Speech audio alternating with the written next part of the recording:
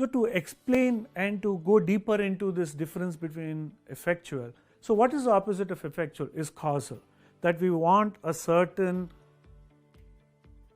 effect to happen, and hence we know if this is what we want, this is what we need to do. So that's a causal approach, because here is where we want to go and here are these things that we want to do. It's like writing up a classical business plan, because this is exactly what we want to do and this is how we will go ahead and do it. That's causal. And effectual is, here are all the things that I can do.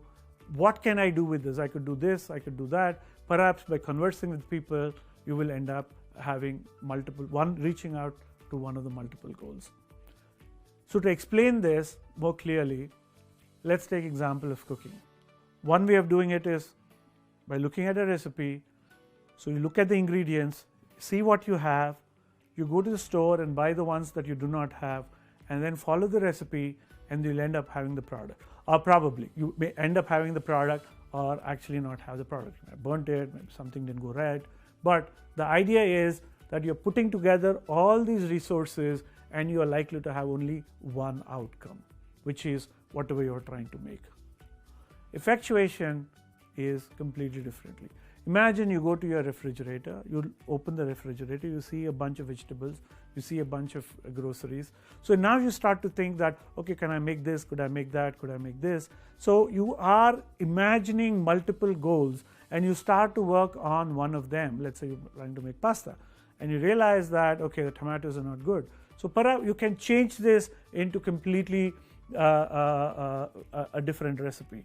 So effectuation is using the resources that you currently have into thinking through multiple goals. In causal, you only have one goal. You're looking at all the resources and combining them to make one product. In effectuation, it's about having a bunch of resources and then having permutation and combinations to think through a bunch of ideas that you could perhaps come out with. That's the difference between causal and effectual.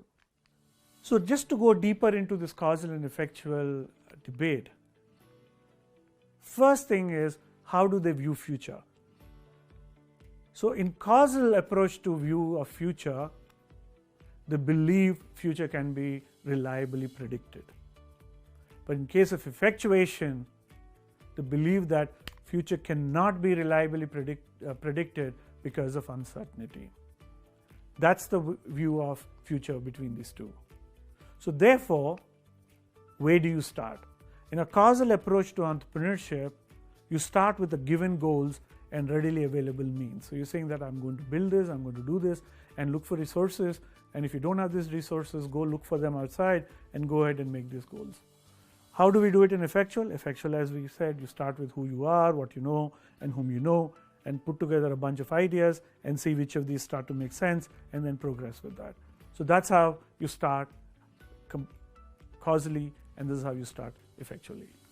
And what is the basis for taking action? So in a causal approach to entrepreneurship, you focus on optimum scenarios. I would want to go to this step in first month, I would like to go to this step in 6th month, I would like to go here in 13th month, right? So you are thinking through future as if you know exactly what needs to be done. Whereas in effectuation or effectual entrepreneurship, it's very simple. You do the doable and start pushing the boundary. So you don't really think of an optimum scenario. Sundar didn't think of having 80, 90 branches, hundreds and thousands of books which can be taken across the locations. All he did was, he did what was doable. Set up a small lending library, use technology because he had technological background, and therefore that led to another, and slowly you end up having a really large operation. So what is the attitude toward risk? Causal approach to entrepreneurship, you're looking at risk and expected returns. So I'm investing 1 year of my life and would expect $30 million, $20 million. So you are looking at expected returns.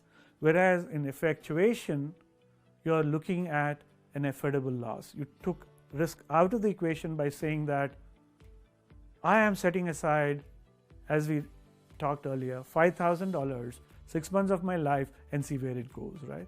So risk has been taken out of the equation by this affordable loss construct. How about attitude towards others?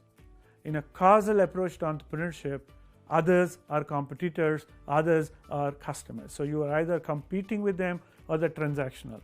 Whereas in effectuation, you're looking at co-creation. You're talking to them and seeing, okay, is this what you want? Okay, if this is what you want, what is it that you want? Is this the problem that you have? So it's always co-creational. So you're talking to them and seeing what of their problems can you address. So this is the primary difference between causal and effectual. Effectual is extremely useful in the early days of a venture when we are starting out, when future is not really predictable. We really have no idea whether the product is going to sell.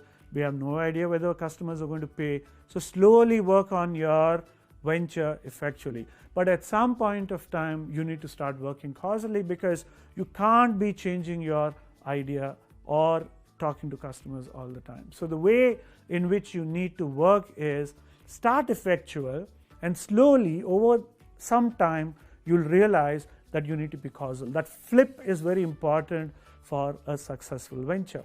But when does that flip happen? That flip happens when you know that your business model is strong, right? So early parts, experiment, use effectuation until you get your business model right.